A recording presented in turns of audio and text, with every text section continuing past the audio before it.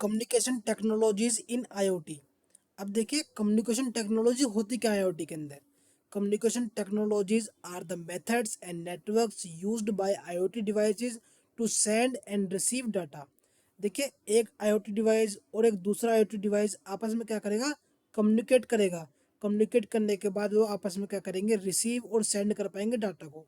तो वही होता है कम्युनिकेशन टेक्नोलॉजीज इन आईओटी। ठीक है। Think of them as the language devices used to talk with each other। Common IoT communication technologies हैं वाईफाई। वाईफाई के थ्रू क्या करेंगे, एक डिवाइस दूसरी डिवाइस से कनेक्ट हो जाएगा और आपस में कम्युनिकेट कर पाएगा। ये क्या है, फास्ट है, गुड फॉर होम आईओटी, घर के डिवाइसेस के लिए बहुत ज़्यादा स्मार्ट है, गुड है और फास्ट भी है। और ये क्या है, यूजेस फॉर मोर पावर, मतलब ये पावर को ज़्यादा यूज़ करता है लेकिन काम बहुत जल्दी करता है।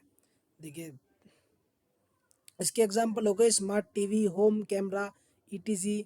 सेकंड है हमारा ब्लूटूथ। ब्लूटूथ क्या करेगा, शॉर्ट रेंज में काम करता है, लो पावर होती है इसके पास लेकिन ये काम अच्छा करता है ये भी। एग्जांपल क्या हो जाएंगे, ये स्मार्ट वॉचेस हो जाएंगी और हेडफोन्स हो जाएंगे।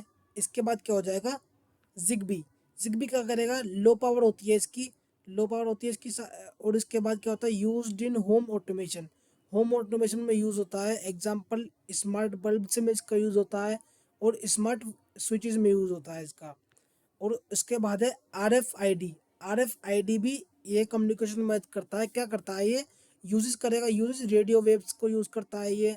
यूज्ड फॉर ट्रैकिंग, ट्रैकिंग के लिए काफ़ी ज़्यादा यूज़ होता है। एग्जाम्पल मतलब ट्रैक करना किसी लोकेशन को, कुछ चीज़ ट्रैक करना, किसी एड्रेस को ट्रैक करना।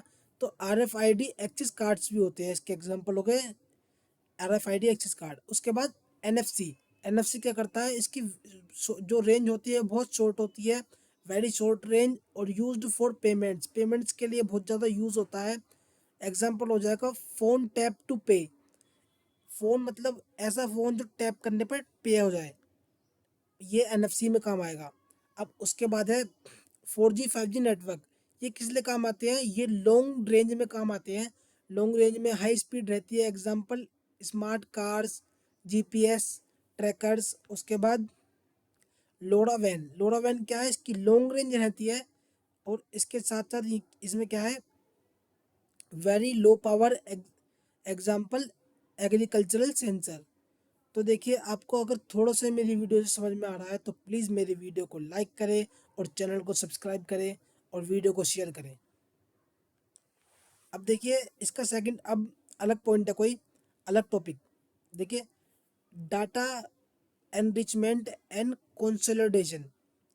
देखिए डाटा एनरिचमेंट और कंसोलिडेशन में क्या है, IoT devices create a lot of raw data.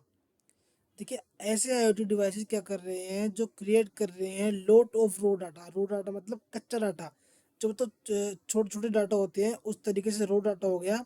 तो to to make it useful we need.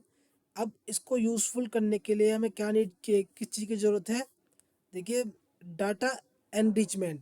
Data enrichment की हमें ज़रूरत है। मीनिंग इसका क्या हो जाएगा, improving raw data by adding more context और इन्फॉर्मेशन।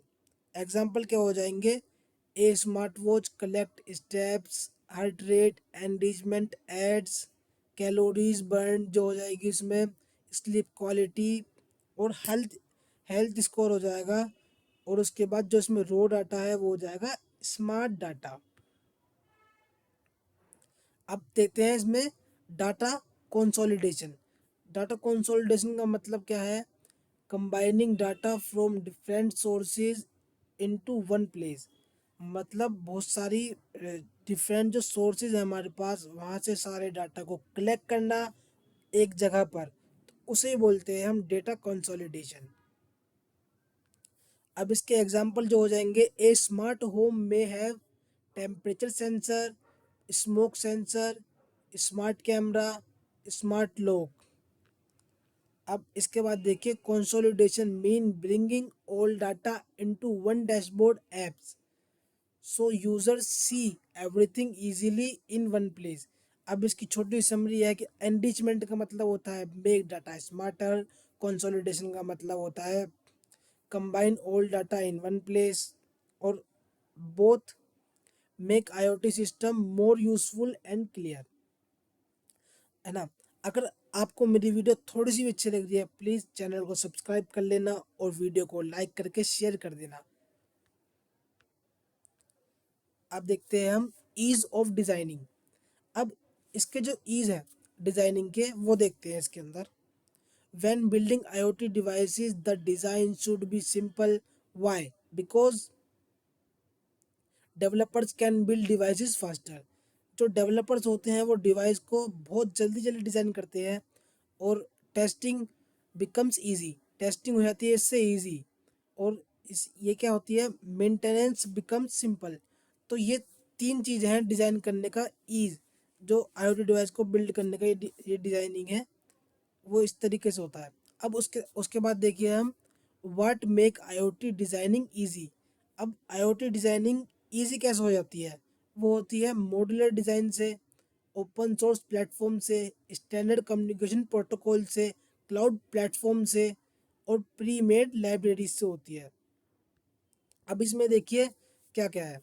देखिए मॉड्यूलर डिज़ाइन जो है, use small plug and play component. उसके बाद ओपन सोर्स प्लेटफॉर्म क्या है, आर्डुइनो, आर्डुइनो रेस्पेरबेरी पी। अब इसके बाद ये ओपन सोर्स प्लेटफॉर्म्स हो गए। अब स्टैंडर्ड कम्युनिकेशन प्रोटोकॉल्स कौन सी है हमारी, वाईफाई और ब्लूटूथ। क्लाउड प्लेटफॉर्म जैसे मैंने पहले बताया था आपको, AWS IoT, एज्योर, और azure IoT provide ready tools. हमारे बने बनाए टूल्स मिल जाते हैं जिससे हम जल्दी और अच्छे से काम कर पाते हैं। अब प्री मेड लाइब्रेरीज कौन सी हो जाएंगी, रिड्यूस कोडिंग एफर्ट्स।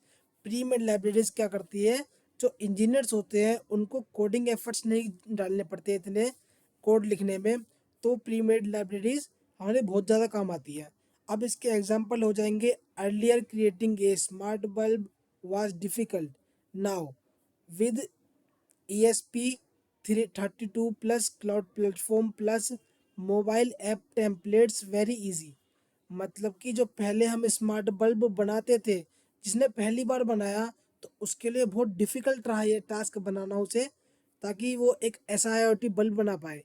लेकिन अब जब कि हमें सब कुछ पता है, हमारे पास सारी टेक्नोलॉजी अवेलेबल है, तो हमारे लिए सब कुछ बनाना बहुत ईजी है। तो वही चीज़ इसमें बताई गई है। अगर आपको मेरी वीडियो थोड़ी सी भी अच्छी लग रही है, या फिर थोड़ा सा भी आपको समझ में आ रहा है, तो प्लीज़ मेरी वीडियो को लाइक कर देना और इस चैनल को सब्सक्राइब कर लेना अगर आप नए हो तो, और वीडियो को ज़रूर शेयर कर देना।